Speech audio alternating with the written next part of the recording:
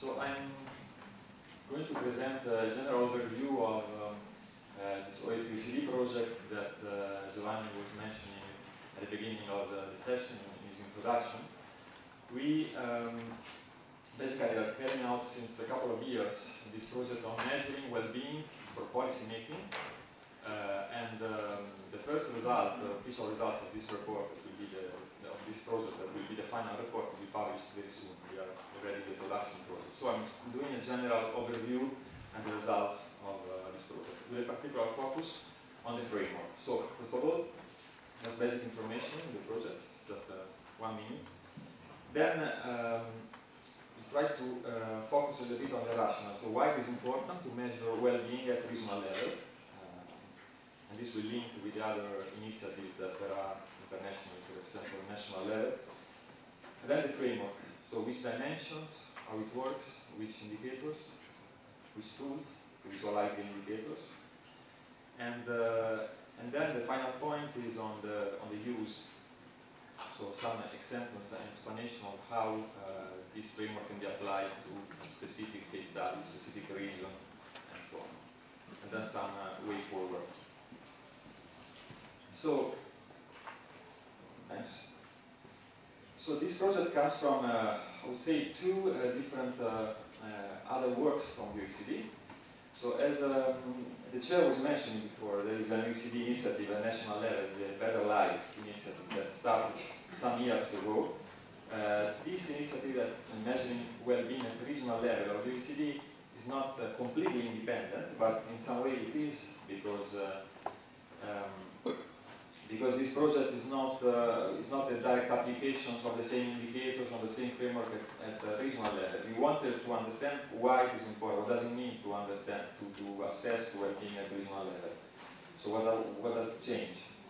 Not only. And the other work is the extensive work on regions that we have been doing at the OECD. For example, the Regions at the Glass publication that tries to assess how socioeconomic indicators in general can really give a differentiated picture, even within countries, between the regions that are within a country. So we try to provide this project a common analytical framework to measure this well-being, and some guidelines to assist regional, national, local policymakers to use these measures. And through also some case studies analysis that we carried out, and a database that is visualized through a web tool that compares all OECD regions in terms of the same indicators of well-being. Okay, so let's come to the first question. So why it is important to understand well-being at regional level? So it's important not just to provide additional data, but because people well-being, the idea basically is that people well-being is affected by many things, by individual characteristics. So how people feel about several of the dimensions is affected by the individual characteristics, but it's also affected by the characteristics of the place where it is. So there are some characteristics at place level, some place-based factors that can affect also the way people, the well-being of people. Right? So second point is not only producing new data at regional level, not just only declining new indicators at regional level, but it's also contribute to the use of these indicators for policy making, because there is also a demand for policymakers on how to have effective policies that really improve the well-being of people. So coming to very quickly to the question of Giovanni on top-down or bottom-up. So our first position is that actually measuring well-being, especially at regional level, should be a bottom-up approach actually. Though some top-down elements are necessary, for example, when it is necessary to advance in the use of these indicators to have a framework. The framework sometimes comes from the top. Another reason why it is important to measure regional well-being at regional level, because there are many and large disparities. If you look at well-being dimensions, jobs, income, many other dimensions, there are large disparities within countries among the regions of the countries. This is just a graph, that is an example of youth unemployment rate, for example. In this case, Italy is the first, among all OECD countries, the one with the largest disparities, as you can see. But this is a picture that is valid almost for all dimensions. I mean, countries are not the same everywhere. People live in different places, experiencing different way of life and different conditions, let's say. And we also observed that, just for a matter of having a picture, that sometimes also, for some of the dimensions, the countries that have largest disparities also show a lower average level of well-being. Just to show, you can see that for these 4 dimensions, for example, on average, you have the countries with higher disparities, large regional disparities, also have the average, the lower level. So this just suggests that it's an issue for further that there is interest on this topic also for this. Coming to the framework. So the framework of OECD for regional well-being, in a few words, so starts from the idea, as I was saying at the beginning, that people well-being is affected by the characteristics of the place and the characteristics of the individuals. And we have to take into account that. And how we measure that? We measure by considering that the framework is multidimensional. So there are different dimensions. We consider in this exercise that, of course, there is a trade-off between data available and what we can measure. So we measure, by now, we measure 9 dimensions of well-being that are, as you can see from this flower, is the logo of our website. Safety, housing, access to services, civic engagement, education, jobs, environment, income, and health. These are the dimensions that we consider for the moment for all OECD regions using all comparable indicators. So for these 9 dimensions, we have some indicators for which we can really compare internationally all the OECD Tier 2 regions. So in Europe, we are talking about NUTS 2, for having an idea in most of the cases. So the main features of this framework is that it's multidimensional. Is that, of course, the indicators wants to measure the outcome and not the output. So really the indicators that measure how people, the final outcome of how people live, so well-being index indicators.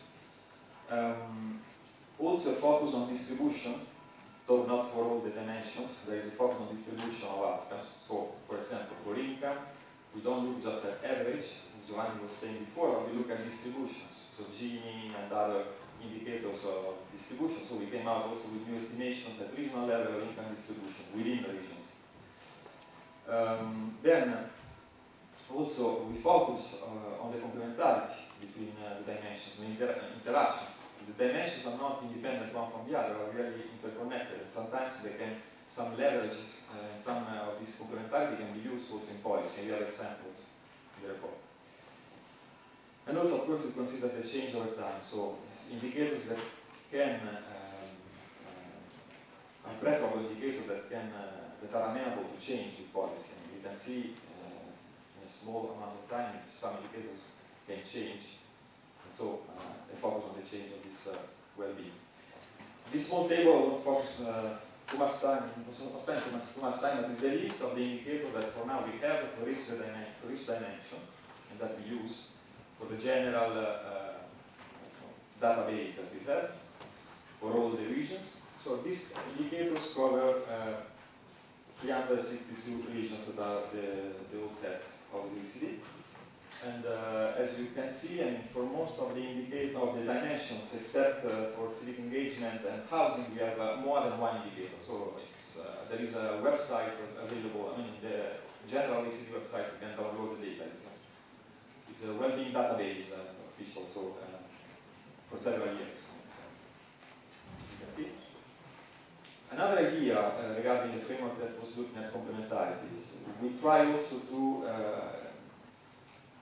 let's say, identify some other indicators that look at 2 dimensions at the same time, that we call cross-dimensional indicators or interaction indicators. That means, in order to account for the interdependence that there are between dimensions, for example, these indicators consist in combining 2 dimensions where the first is measured along the distribution of the other. For example, if we want to look sometimes at income and environment at the same time, we can look at the share of households that devote a certain amount of their income to energy consumption, for example.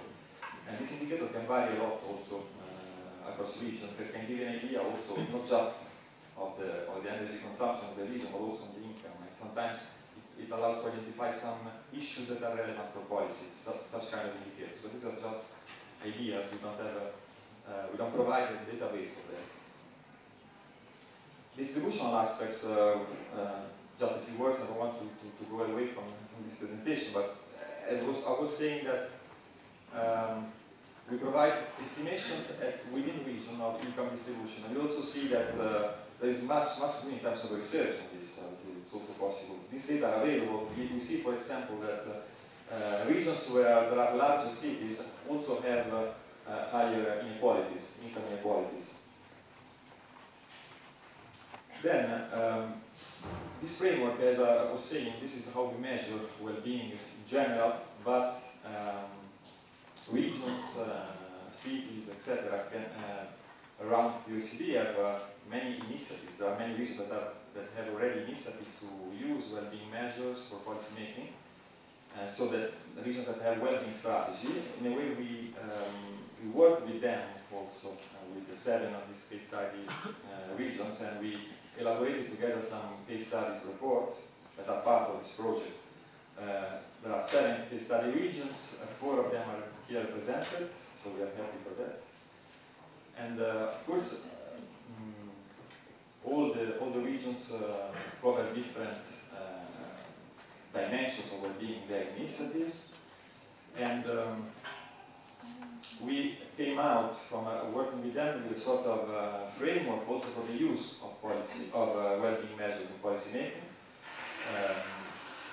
The first is this kind of cycle that is a sort of stylized guideline that we call the regional well-being measurement cycle. It's a sequencing of steps that each region, we saw that each region is following, more or less, starting from different points. But to use the well-being indicators in policy, basically, we can start from translate really the well-being objectives into indicators, so identifying indicators, selecting indicators, of course identifying the baseline and the targets of these indicators is important, monitor the progress, so looking at the evolution of the values of these indicators, and then communicate the results. And in all these phases, it is quite important to engage all the relevant stakeholders. Relevant stakeholders that will be identified in this, simple graph, being from the elected politicians to the scientific community that has an important role, to the private sector that can give its contribution, and to civil society that is very important. And in this respect is why we say that at the end there is a very important, crucial bottom-up part of this well-being, this framework of measuring well-being, because there are two different things that actually we did. An exercise to really give a general framework and measuring well-being from a comparative perspective all across the OECD regions. And another one in trying to use these measures in general of well-being at regional level, at local level, and in this case, it is very important that the bottom-up part, so the engagement also with the relevant stakeholders is taken into account. Finally, this is just a screenshot of a new website that is another tool, user-friendly tool, let's say, where it is possible to visualize this flower with all the dimensions for all regions. You can click in every region, you can visualize the score that is obtained in each region, and you can compare with all the other ones. You can also see the regional disparities in each country, and you can download the data immediately. Just the last slide for possible way to go. This was the first project on on the measures of well-being at regional level. There is an agenda that is important, many things to do. This project is likely to become a program for us in our division, in the sense that we will keep working on this as one important piece of work in the future. And the idea is that there is a need to improve the measurement of new dimensions. So having from 9, for example, to 11, so to reach the 11 dimensions of the BLI index at national level. And also, more importantly, it would be very important to arrive to measure well-being at city level, so at the level of functional urban areas, as we call it. And then another way to go is also working directly with countries, regions, to work with them on the use of indicators on well-being reviews, like we already have done with the case study regions. Final slide, just giving you the date. It's the 6th of October. Our report will be possible. It will be possible to download our report from the website. It will be launched on the 6th. Thanks.